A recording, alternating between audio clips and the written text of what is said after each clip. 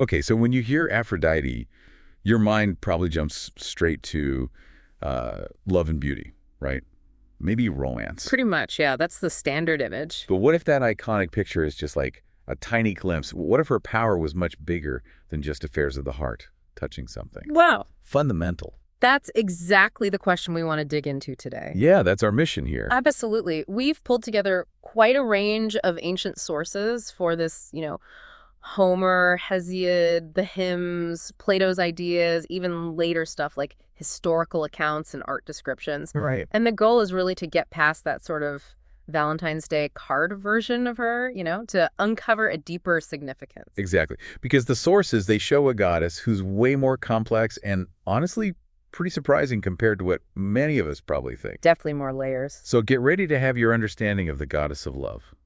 Well, maybe shifted a bit. Expanded. Okay, so let's start with the basics, her main domains. Yes, absolutely, she was the goddess of love, beauty, and desire. That's undeniable. The classic image. But it's important to see it wasn't just about sweet emotions. She embodied the actual force of attraction, Yeah. a raw power. A force. Okay. Yeah, some of the hymns really capture this beautifully, how her influence spread across gods, mortals, birds, even creatures in the sea. It's that basic pull binding everything together. So not just finding the one. It's more like this fundamental magnetism, like gravity, but for connection. That's a great way to put it. And that connects directly to her role in fertility and procreation. Okay. Makes sense. The ancient texts are really clear on this. She was seen as vital for life continuing, for humans and for nature itself, a real life force. A life force. I like that. It broadens things considerably. It does. And her power went even beyond individual desires and biology. We also see her as a goddess of harmony. Reconciliation. Harmony. How so? Well, she had the power to soothe arguments, bring different groups together. It's interesting her ability to inspire attraction wasn't just personal. Yeah. It seems the ancients felt that societies also needed a kind of attraction to stick together, to resolve conflict. And she embodied that unifying aspect, too. So she's involved in social cohesion, not just romance. Precisely. Which is quite a step beyond the usual view. Okay, now here's something that really jumped out at me from the sources, her connection to the sea, to seafaring. Ah, yes. Aphrodite Euploia, giver of safe voyages. Right. Sailors calling on her for protection on dangerous waters. How does that fit in? It seems almost unrelated. Well, think about her origin story. The famous one. From the sea foam. Exactly, the one Hesiod tells. Born from the foam around Uranus's. Well, his castrated genitals. It's a powerful image, directly linking her to the sea's elemental power right from the start. Wow. Yeah, that's definitely a potent origin. And quite violent, actually. It is. And even the other versions of her parentage, Homer saying Zeus and Dione, or others mentioning Uranus and Hemera, they all point to these deep primal roots. It's such a contrast, isn't it? This goddess of love and beauty emerging from that violence. It really makes you think about the raw, maybe even unsettling forces that might lie beneath desire and attraction. Yeah. And then you have Plato trying to make sense of it all. Right, with his idea of two Aphrodites, Urania and Pandemos. Urania being the sort of higher heavenly love. Exactly, more spiritual, intellectual, and Pandemos representing the common physical desire, the more earthly aspect. So it's like the Greeks saw love itself as having these two sides. Precisely. This duality was key to how they understood love's complexity. It wasn't just one thing. It had these different dimensions, the sacred and the, profane, the intellectual and the physical, all under her umbrella. Which makes her own love life even more fascinating, doesn't it? Oh, absolutely. The goddess of love herself. Famously married to Hephaestus, the craftsman god. And that was not exactly a happy home, was it? Far from it. According to the myths, it was notoriously troubled. And then all the affairs. Ares, Hermes, Dionysus, Poseidon, mortals like Anchises and Adonis, even Butes the Argonaut. A very long list. It feels almost paradoxical, the deity who inspires these powerful bonds and others having such tumultuous relationships herself. It does raise questions. Maybe her power to ignite love didn't mean personal bliss. Or perhaps it just reflects how messy love can be, even for gods. That story about her and Ares getting caught. That's pretty famous, right? Oh, yes. Helios, the sun god, spotting them, telling Hephaestus. And Hephaestus builds that incredible golden net. Exactly. Traps them in bed and calls all the other gods to come and see. Humiliating, but also highlights the drama, the scandal even, in these divine affairs. And speaking of Ares, the god of war, that connection always seems so Jarring. Love and war. It does seem like opposites, doesn't it? Yeah, how do those two things connect? Well, if you think of the big picture cosmic forces, creation and destruction, attraction and repulsion, Okay. love and war are both incredibly powerful, driving energies. Maybe their connection in myth reflects a deeper understanding of how these primal forces interact in the world and within us. That's an interesting way to look at it. Let's talk about some key myths. The Judgment of Paris, that's a big one. Huge. It all starts with Eris, goddess of discord, and her golden apple, right? Oh. For the fairest. And Hera, Athena, and Aphrodite all want it. So they ask Paris, the Trojan prince, to choose. And what does Aphrodite offer him? Helen of Sparta, the most beautiful woman alive. Basically, irresistible desire. And Paris chooses Aphrodite's gift. So it's her influence, that force of desire she embodies, that ultimately kicks off the Trojan War. Wow. So she's right there at the start of this epic conflict. And she doesn't just start it. She's active in the war itself, supporting Paris and her son Aeneas. She even gets wounded at one point. Right, by Diomedes. So she's not just manipulating things from afar. She's in it. Definitely shows her power having real-world, even brutal consequences. Then there's the story of Adonis. That one's quite sad, isn't it? Very poignant. Her deep love for the mortal hunter Adonis. Zeus apparently had to step in because Persephone also fell for him, splitting his time between them. And then the tragedy. His death. Gored by a wild boar during a hunt. And there are different versions of who sent the boar, right? Sometimes a jealous Ares. Or maybe Apollo. Exactly. The details vary, but the core is her grief. And that led to the Adonia Festival, a ritual of mourning his death, but also celebrating rebirth. Kind of connects back to that fertility aspect. Life, death, renewal. Absolutely. It ties her to the natural cycles.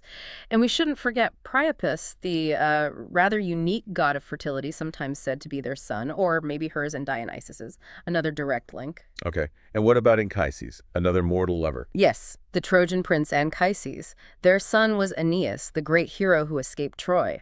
Aphrodite fiercely protected Aeneas throughout his ordeals. So again, her influence shaping human history, human destiny. Definitely. And then you have her less benevolent side, like her persecution of Psyche. Just because Psyche was beautiful and attracted her son Eros, right? Pretty much. Shows a certain possessiveness, maybe jealousy. It adds another layer to her character, not always sweet and loving. And she could punish those who scorned her. Oh, yes.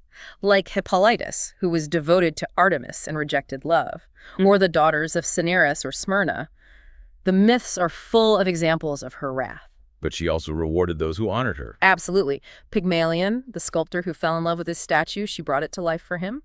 Or helping Hippomenes win his race against Atalanta by giving him those golden apples. So honoring her brought favor. Ignoring or rejecting her? Yeah. Well, that was risky. Very risky. It underscores how pervasive her influence was believed to be. Okay, let's talk symbols. What are the key things we see associated with her in art and texts? Well, the dove is a big one. Almost universal symbol of love, peace. Right. The apple comes up a lot. Think Judgment of Paris, symbol of beauty, maybe temptation.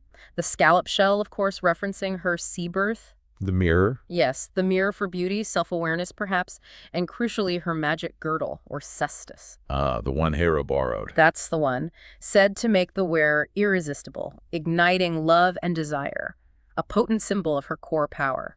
And specific plants and animals, too. Definitely. Plants like myrtle, roses, poppies are strongly linked to her. Roses make sense. They do. And animals, sparrows, doves again, swans, swallows, geese.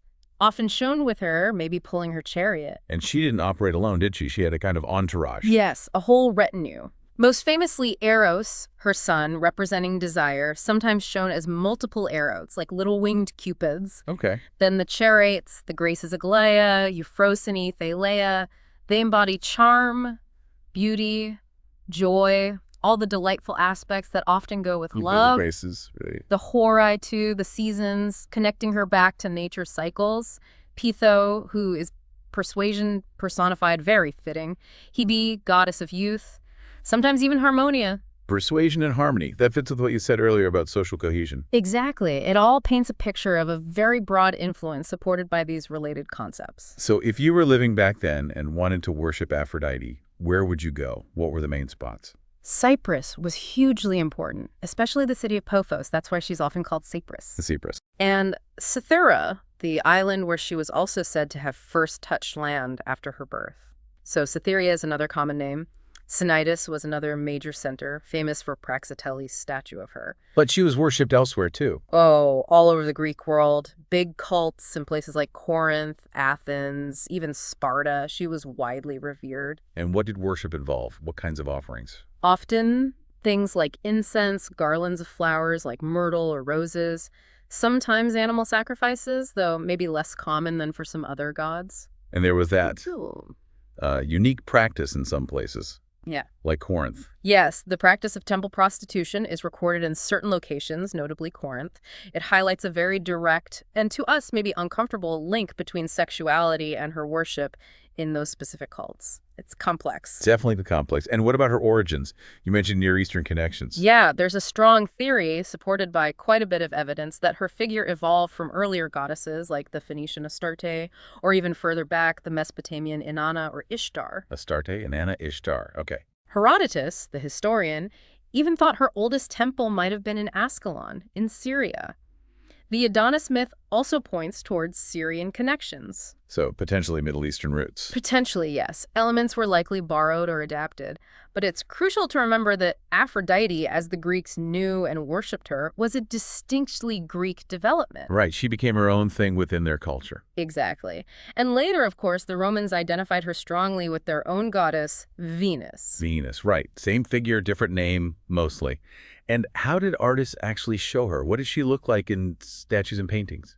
Well, it varied over time. In earlier periods, archaic and classical Greek art, she was often depicted fully clothed. Majestic, but clothed. Okay. But starting around the 4th century BCE, there was a big shift towards showing her nude or semi-nude.